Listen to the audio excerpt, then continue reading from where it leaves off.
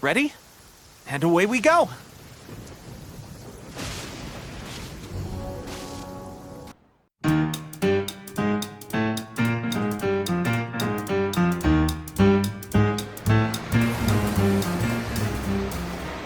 The first missing girl case happened almost 20 years ago. And ever since, after a period of time, another girl disappears. It's said that a dragon of water once resided in Fontaine.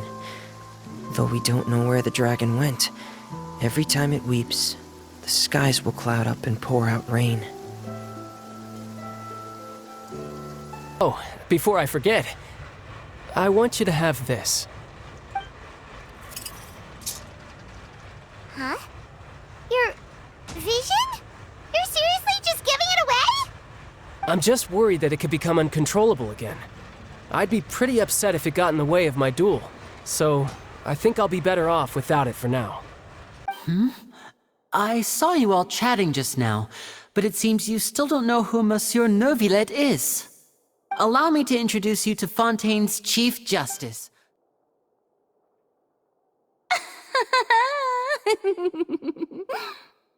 No need to pay her any more attention.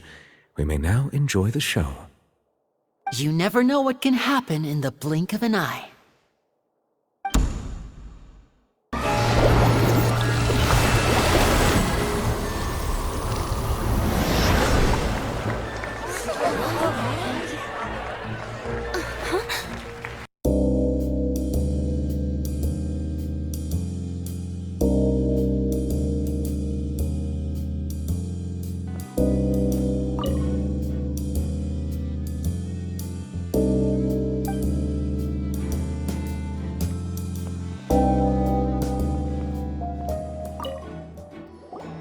So this is the rope that broke and caused the water tank to fall. The rope looks pretty durable. How can it be burned through so quickly by fireworks?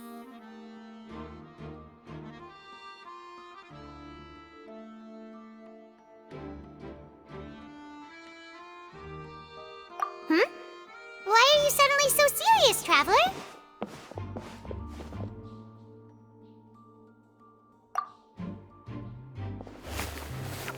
Whoa! Look! This bit is made from different material! Most of it was burned away, but there's still a little bit of it left.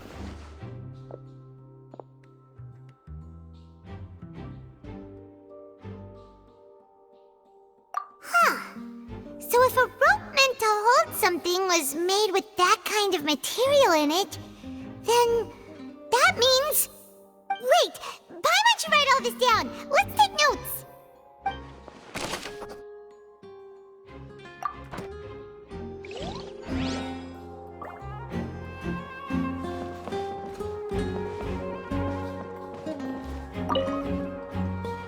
Go ahead, have a look around. In the end, we're both after the truth.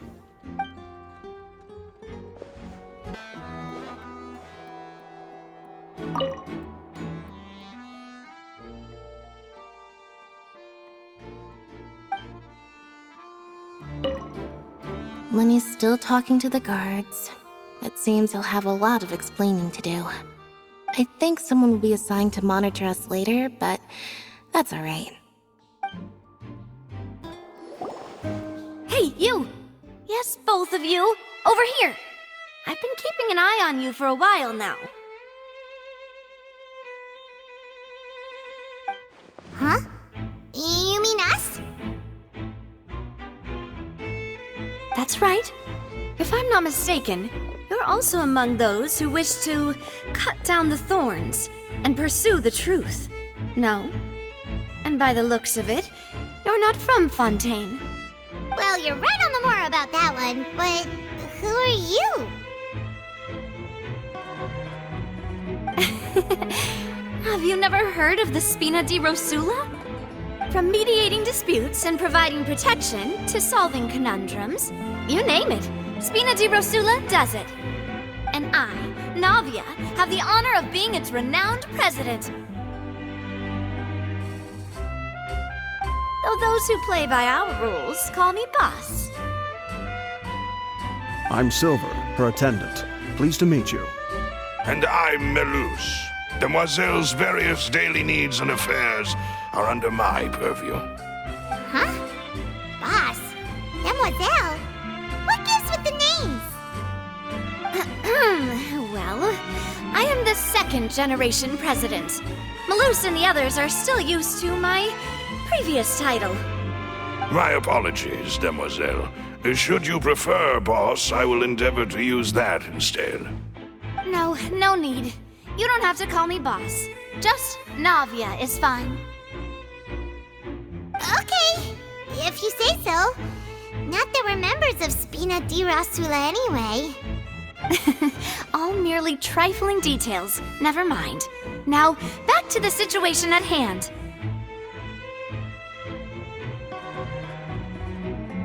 That's right. I've always kept an eye on the serial disappearance cases. My interest stems from a matter back from my father's time. Judging from the look of things, I find Linny an unlikely mastermind. Really? We think so too! That's why we're looking for clues now. But how did you come to that conclusion? Intuition, naturally. My unparalleled intuition.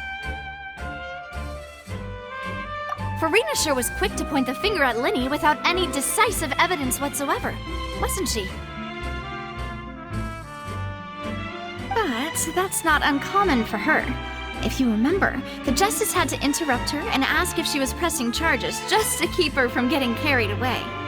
Anyway, a trial begins the moment someone levels charges.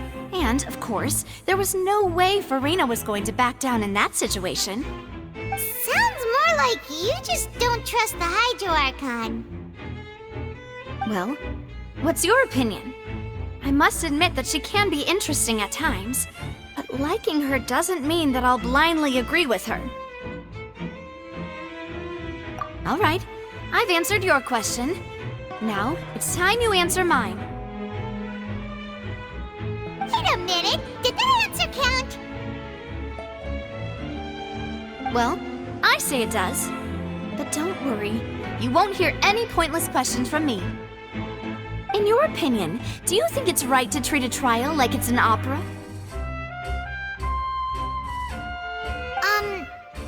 Well? And why would that be?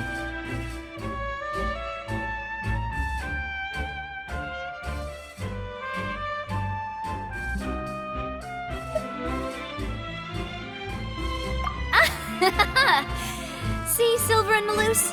I told you they'd be different. Most astute of you, Demoiselle. I too think that the Traveler's response was most excellent. No matter how wonderful the script or how fervent the audience's expectations may be, the trials that go on stage here must be based in fact. And if that can be done, boss, then... All right, that's quite enough, Malus. Anyway, I like your answer. You pass with flying colors. Now, I need to make some preparations, following which our joint investigation shall commence. You two shall be my assistants. Wait! Since when did we become assistants? Oh, well, I can be the assistant, sure. Or your companion, if you like. I'm really not that fussy. That's more like it. Far be it from me to brag, but I believe that Demoiselle's intuition will be instrumental in uncovering the truth. You wish to save a friend from false accusations, and we wish to unravel the disappearances. In this sense, our goals are aligned. You have a point. Huh. You're quite the talker, aren't you, mister? And what about you over there? What do you think? You seem like you've got something on your mind. I have nothing to add. Oh, alrighty then. We'll be making some preparations first. Just be sure to let us know if they start revealing Linny's tricks. Thanks! Sorry, but no one can freely enter or exit the Opera House at the moment. If you wish to leave, you must register your identity with us first.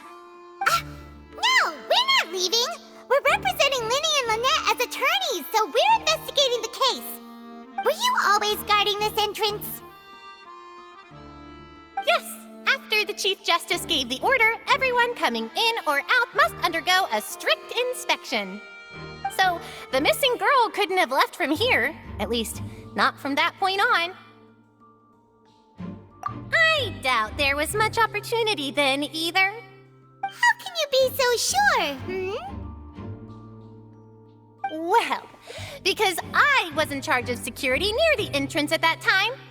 I couldn't see Linny's performance from here, which was quite a shame.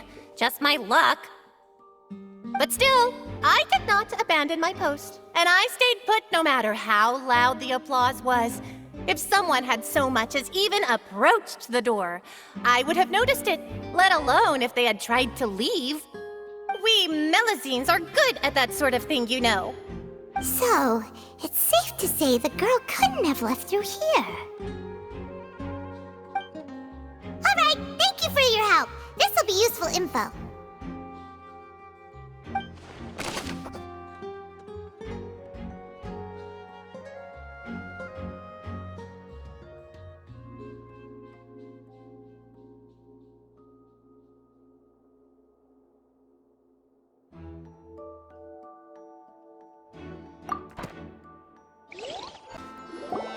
I see that you're investigating the area. Well, it just so happens that I'm interested too. If you find any new and interesting leads, be sure to share them with me, alright? We don't have too many thoughts yet.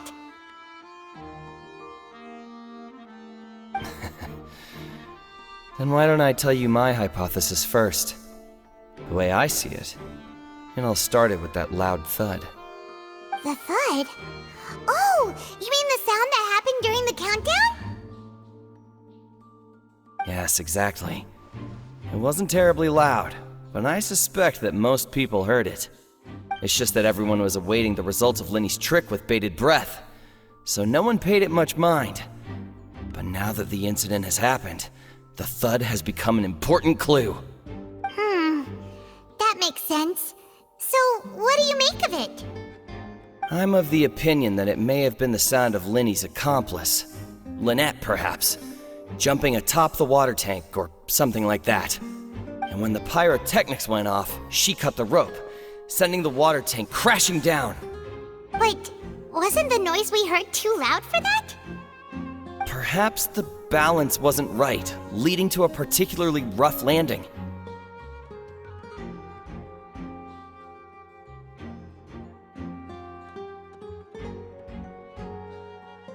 Oh, that's true. I suppose I must reconsider. That does remind Paimon, though. What was with that sound?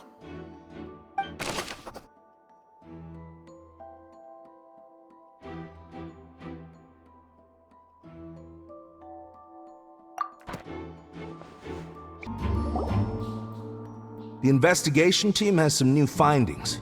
Turns out there's an issue with the random number selector after all. See, I told you.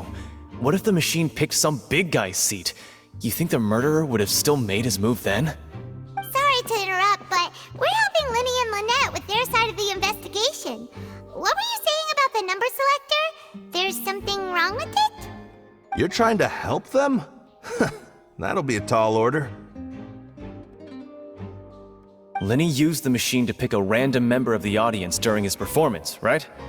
The lucky girl that later disappeared. Well, we thought there might be a serious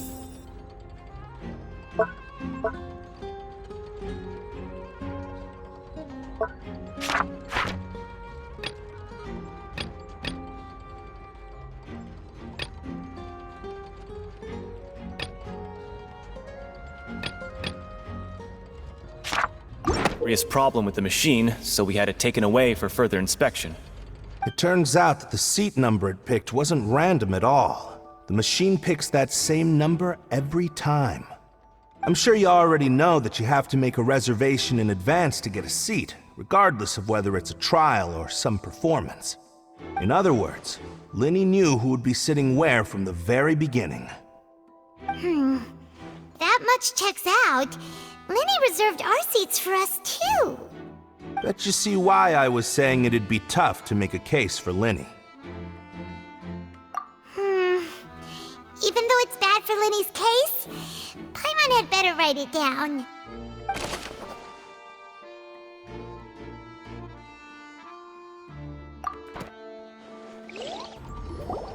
Hello there! What are you investigating? Oh, this location has also been cordoned off because the Magic Troop members are currently considered prime suspects. The investigation team is still collecting evidence. The seats were all booked in advance, so we were able to deduce the missing woman's identity by checking the guest list.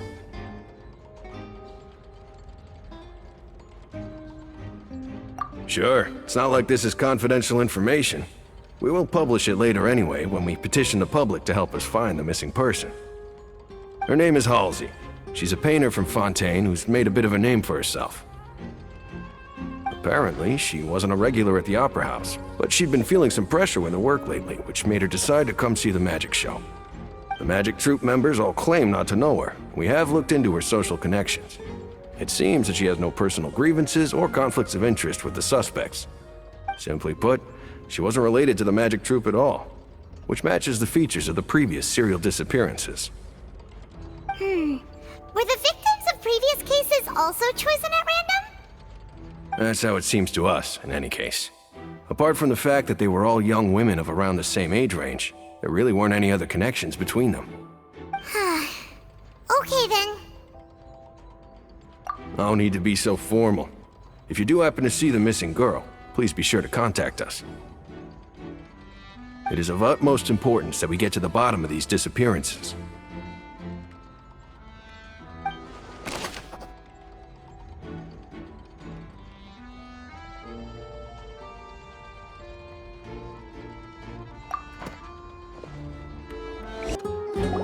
Understood. Then I will be going with you. Just so you're aware, I will be monitoring your actions and making notes as necessary. Very good. Thanks for being so agreeable. I'd pull a rose out of my hat as a gift for you if I could. You may spare the pleasantries. I'm just doing my job. You've arrived. Who's this? Me? I'm Spina di Rosula's guardian angel. If you've got a problem, I've got the firepower. Sorry, I got a little carried away there. Call me Navia. I'm a partner of theirs, and will be helping investigate this whole situation. And these are my companions. Would you mind if they join as well? Fine by me. Oh, new helpers? I would be most grateful. Well, let's just say we're tagging along. It's not every day you get to see the secrets behind magic performed on such a large scale. I appreciate your kind interest. Come with me. We'll be heading below stage. Huh? Below stage? Yes, a world of secrets is hidden beneath this magic box, prepared specifically for this switcheroo trick. But before I reveal everything, you should have a look first. Notice anything strange here?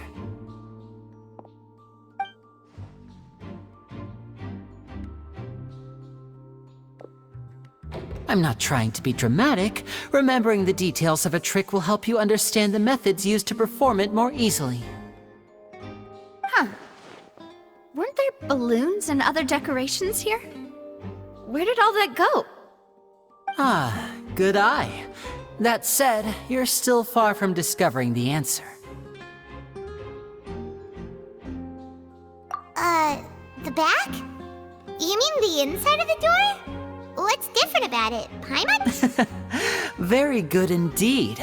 I thought you might not be able to catch that, given that you were sitting in the first row. The back of this door was patterned. Those patterns are now gone, replaced by a smooth wooden board. So, if you put 2 and 2 together, what do you get? Exactly. All right, let's go. I'll tell you how it works as we head down.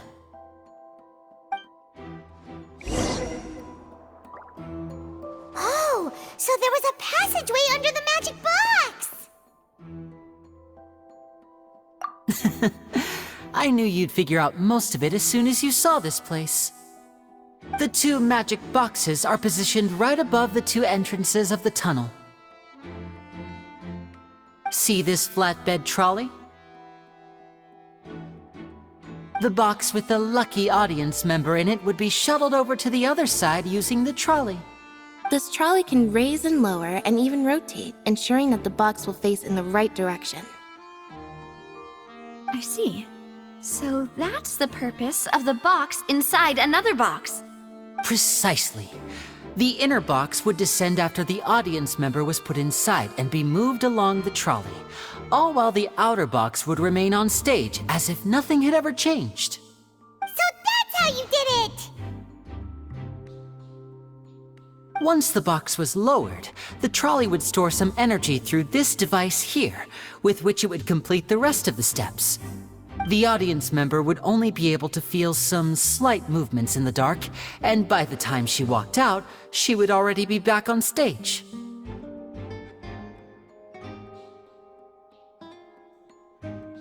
Right! You were talking that whole time, and you even came out for a moment near the end! Ah, yes. A phonograph operated by Lynette was used to achieve that effect. My assistant and I had already scripted our conversation beforehand. When the countdown began, I had already gone to the opposite box via a tunnel using that ladder. And what about Lynette? Where was she? I was in the mezzanine space in the back of the box. Oh, interesting! That's how we were able to coordinate Linny's lines with the assistant. And, by the way, I was the one who walked out of the box at the end. I mean, we are twins. All it takes is a change of clothes and no one can tell who's who. And that's my favorite part of this trick. Only Lynette and I can perform it. So that's how it all worked! Wow! Every detail you revealed was more amazing than the last! Lynette would briefly walk out of the box and then go back in, jumping into the tunnel and escaping before the box on the trolley could finish ascending. And then I walk out of the other box in the audience area, and the trick would be complete. The operative word here being would. But as you saw, Cal was in the box, not our audience member. She, on the other hand, mysteriously vanished. We really don't know how that happened. If not for that interlude, this would have been an astonishing trick. I probably never would have figured out how you pulled it off. And yet, to think that someone was able to use this magic trick to commit a crime. Could we have a look around? I think we can come up with some more leads. This is the scene of the crime, so Linny and Lynette are not permitted to stay here. I'll escort them back up. Yes, of course. No need to be so strict now. I won't disappear into thin air, you know. Thanks, everyone. We're counting on you.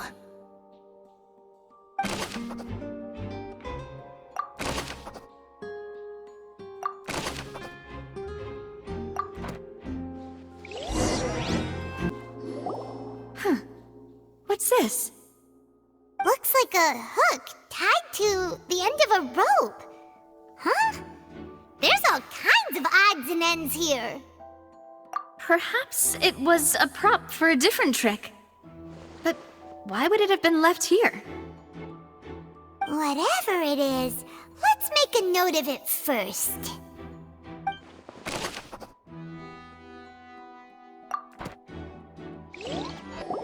The floor is wet. Please be careful not to slip. Speaking of which, why would there be water here? Oh! Paimon knows!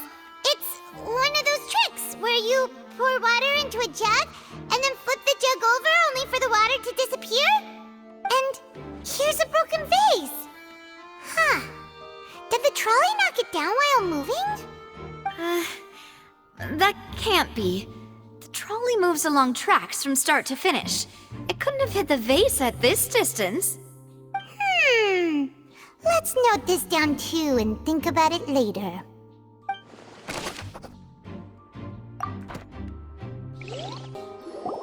Oh, these are the clothes that the lady chosen from the audience was wearing, right? Her clothes are here, but she's nowhere to be found. Right! And do you really need to do that if you're kidnapping them? Ugh, this is so confusing. Paimon doesn't want to be a detective anymore.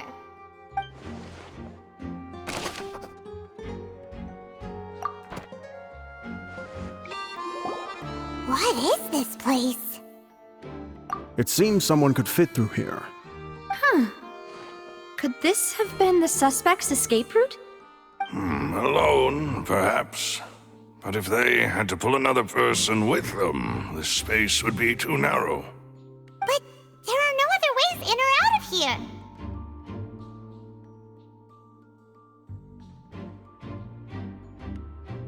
Oh, you're right! Let Paimon write that down.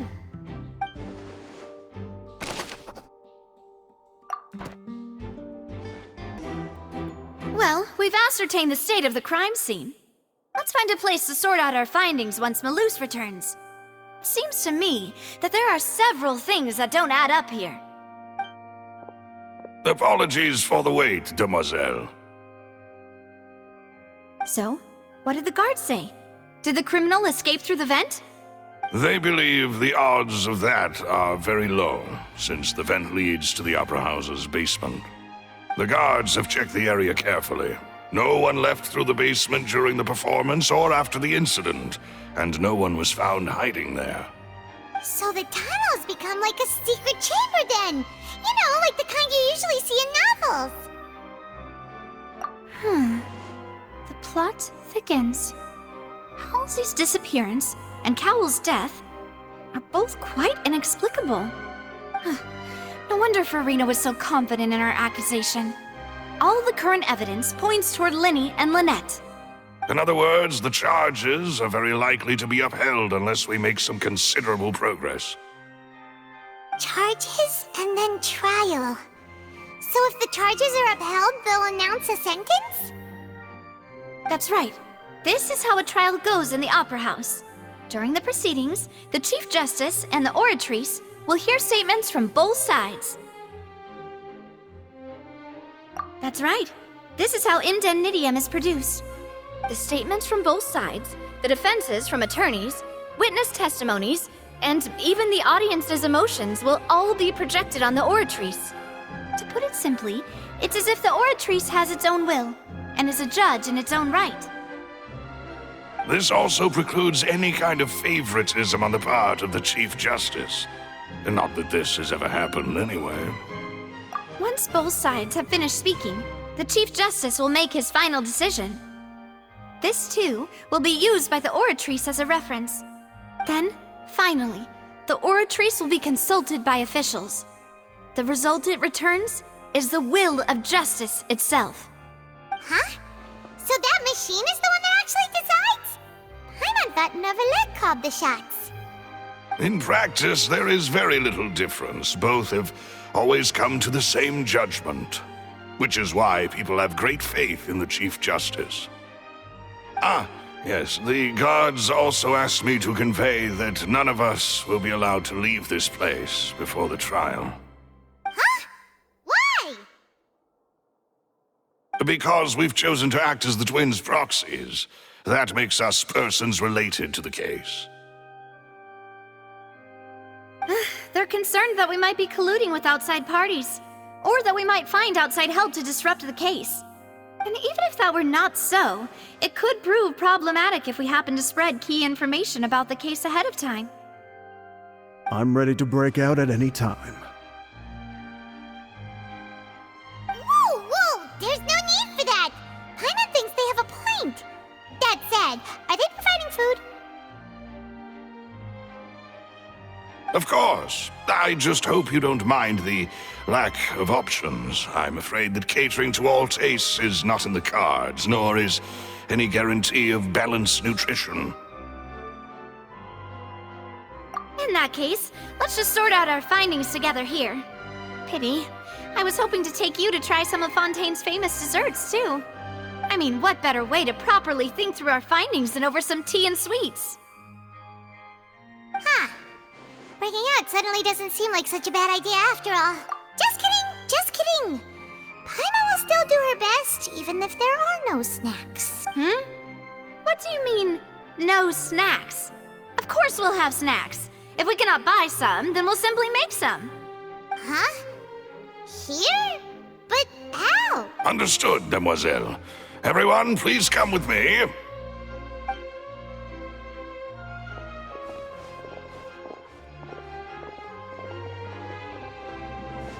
Wait, you're carrying a portable stove with you? Yes, I must be prepared to meet the demoiselle's baking needs whenever the fancy strikes her. I have eggs, sugar, and almonds at the ready. Good work, you two. Then I'll get to it. Please sit tight for a moment. You'll get to taste my awesome snacks soon enough. These three are quite the interesting group.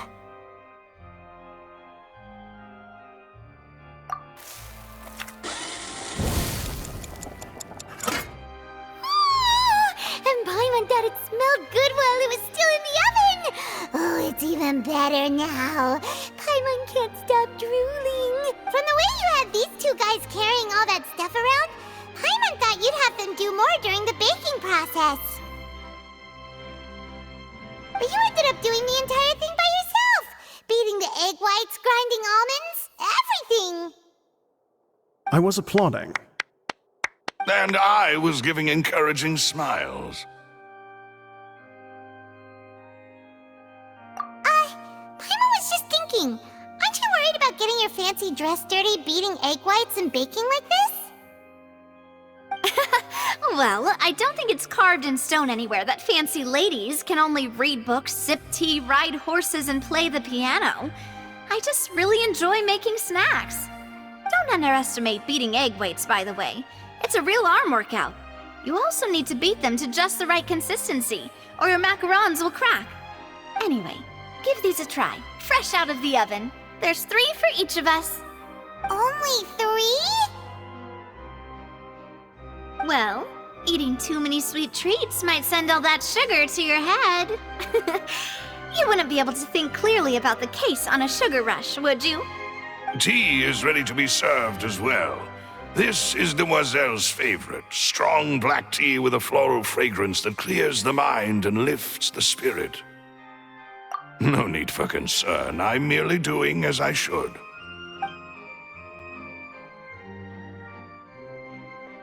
All right then, down to business. As Paimon mentioned previously, the tunnel seems to be something of a secret chamber. However, we can assume that Linny and Lynette were not alone within it. Some criminal also occupied its sealed confines. The magician twins could have committed the crimes, of course, but they lack any logical motive. Exactly! Why would they do such a thing right when everyone was watching?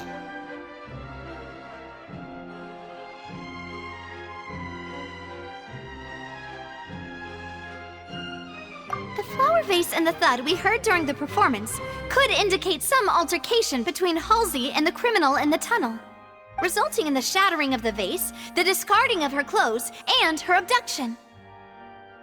Perhaps the criminal thought that since she was chosen from the crowd, she would be too easy to identify if she was still wearing the same clothes. Paimon thinks that makes sense, but the real trouble is... True. None of the clues we found thus far support the existence of this third person.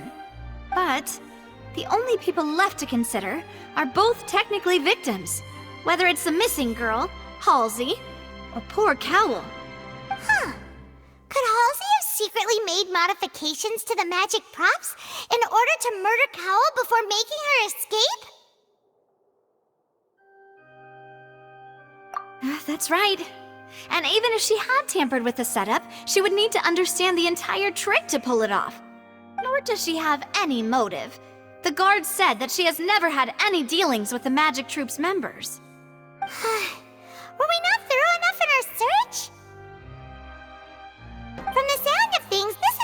into an impossible case. Your macarons are amazing though, Navia. They smell great! They're nice and crisp and super sweet!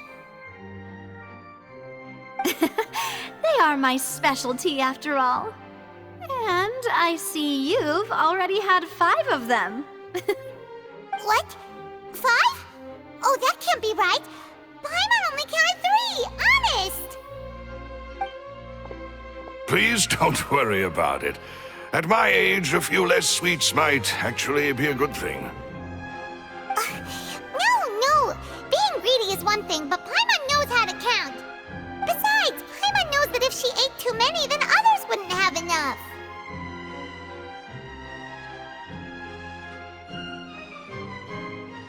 Wait, even you don't believe Paimon?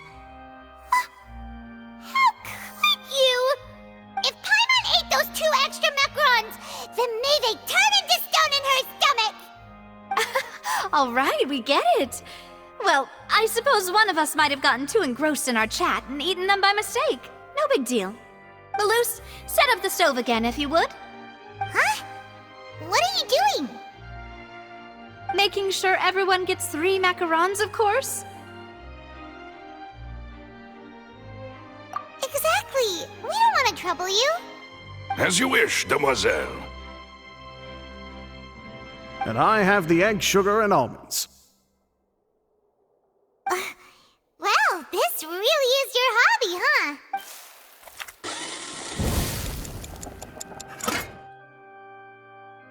Well, that's it for snack time.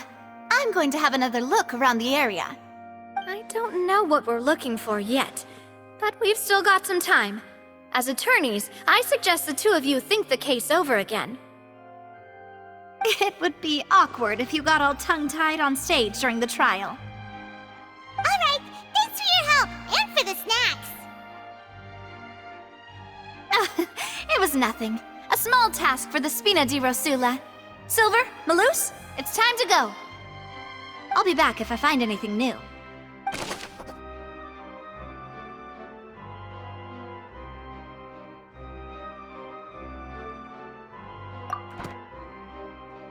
Since both parties are present, I declare that the trial regarding the magic show incident is now in session.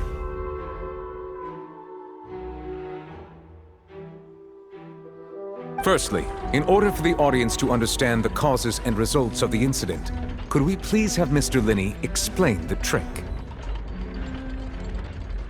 Yes, of course. I will explain while Lynette demonstrates on stage. All the necessary items have been prepared.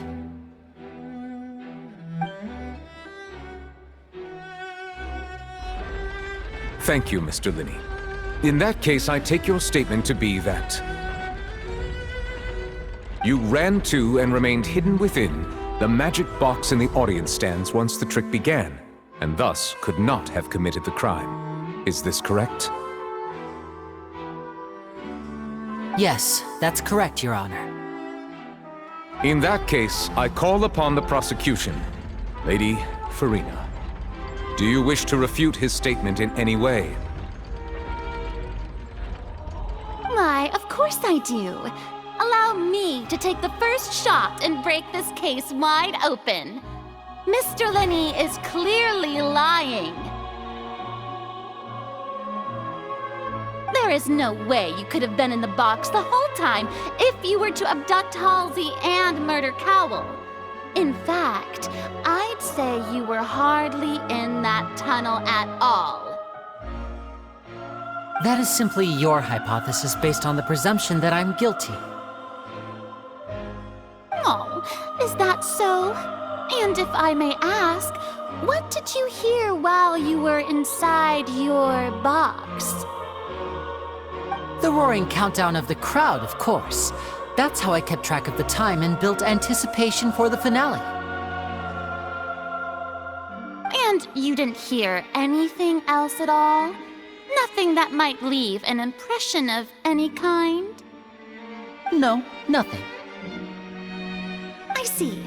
But when the count reached 30 seconds or so, there was a thud. One so loud that I believe practically everyone heard it. Huh? Hey, hang on! Something's not right here.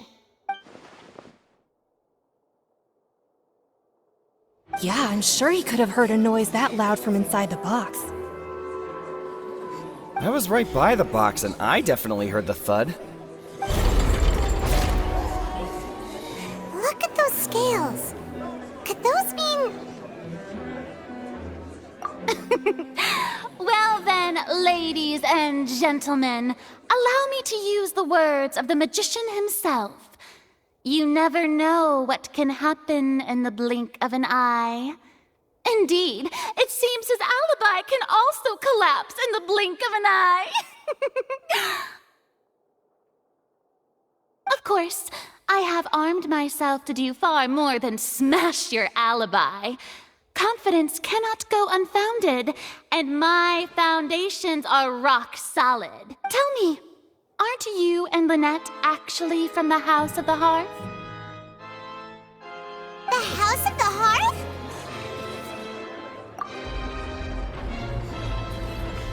No wonder they did something like this. So the serial disappearances were the Fatui's doing. Now it all makes sense. I've got a feeling that what happened on stage probably wasn't just an accident. That's irrelevant. Our identities have nothing to do with what happened. Indeed. Then perhaps you could tell us everything that happened during that 1 minute. Your first priority is to prove yourself innocent after all. I'm sure there is little that needs to be kept secret now. Unless your script already has holes in it. The Outlander is speechless. My, oh my, don't they look flabbergasted? Now comes the infighting and discord, I suppose. This was almost too easy. Good thing I made all those preparations. Seems the all-nighter I pulled last night is really paying off. Hey, Linny! Why didn't you tell us this before? Order! Order! Mr. Linney, allow me to re-establish the facts. Lady Farina has raised 2 points. First, when the thud was heard in the Opera House, you were neither in the box nor the tunnel. Second, you and Ms. Lynette are both members of the House of the Hearth. Are these claims true?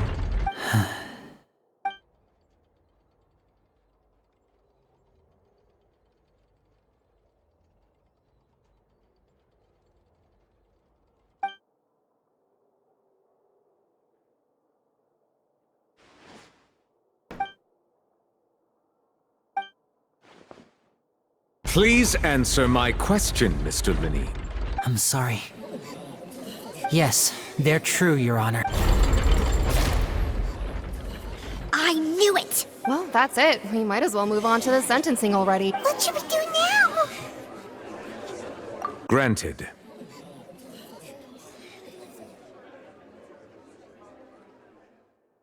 In that case, what is your request?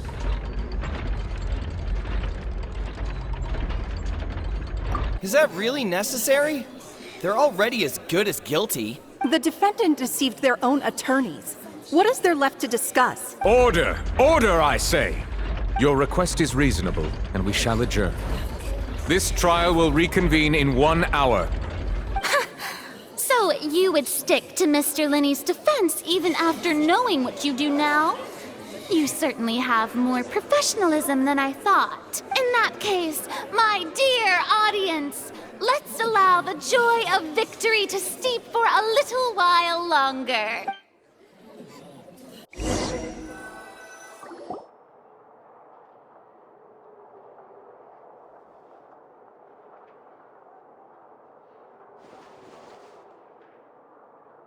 Well, this is awkward.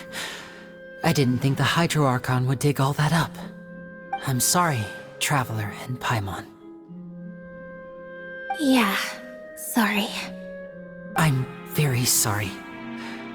I know you're angry, and reasonably so, but please, let me explain. I know you've clashed with the Fatui several times before. I wouldn't be surprised if just hearing the word is enough to make you upset. But our organization is very, very large, and the Harbingers have very different personalities and goals. Right now, we want to save people. As many as we can. That's right. I'm sure we're on the same page when it comes to this nation and the disaster that its people might face. I knew if it weren't for our respective identities, we could become good friends. That's why I didn't wish to flat out lie to you, but chose to hide some details instead. The truth is very important, but being completely transparent about everything would see us spending more effort than we need to. Right.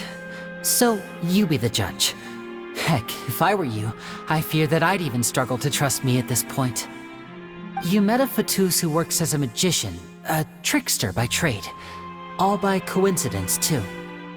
But still, I'm asking you to trust me.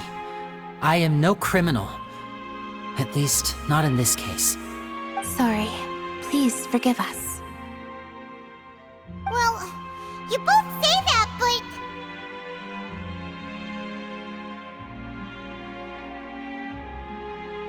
Right.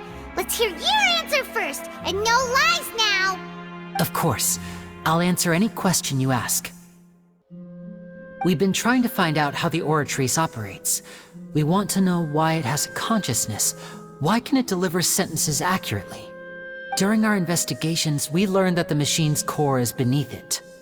From that moment on, Lynette and I have been designing this box swap trick, with the objective of getting close to the core.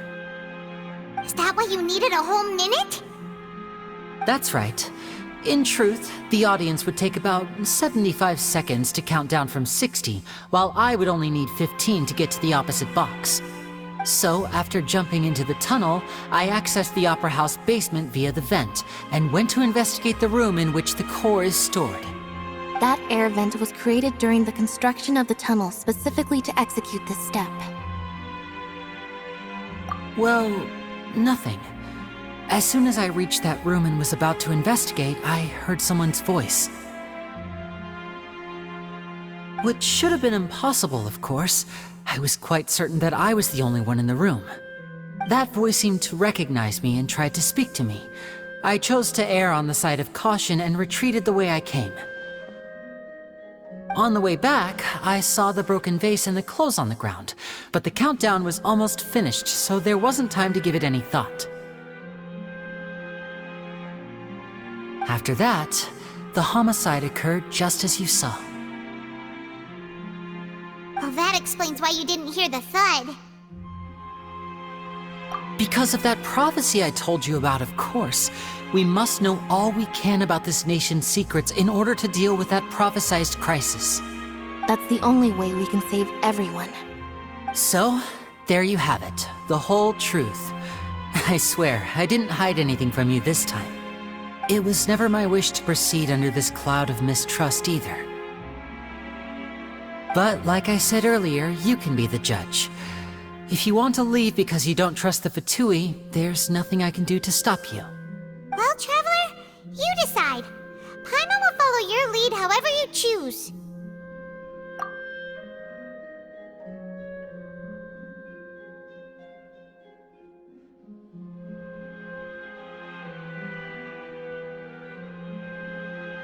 Okay, thank you. Thanks for giving us a chance. The current problem is that the scales are tipped pretty badly against you two. If we want to refute the Hydro Archon's accusations, we're gonna need a seriously watertight defense. Huh?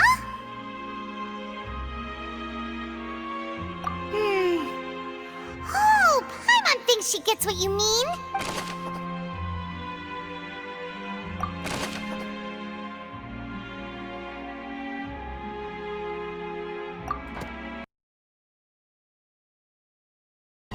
Both parties have returned to their positions.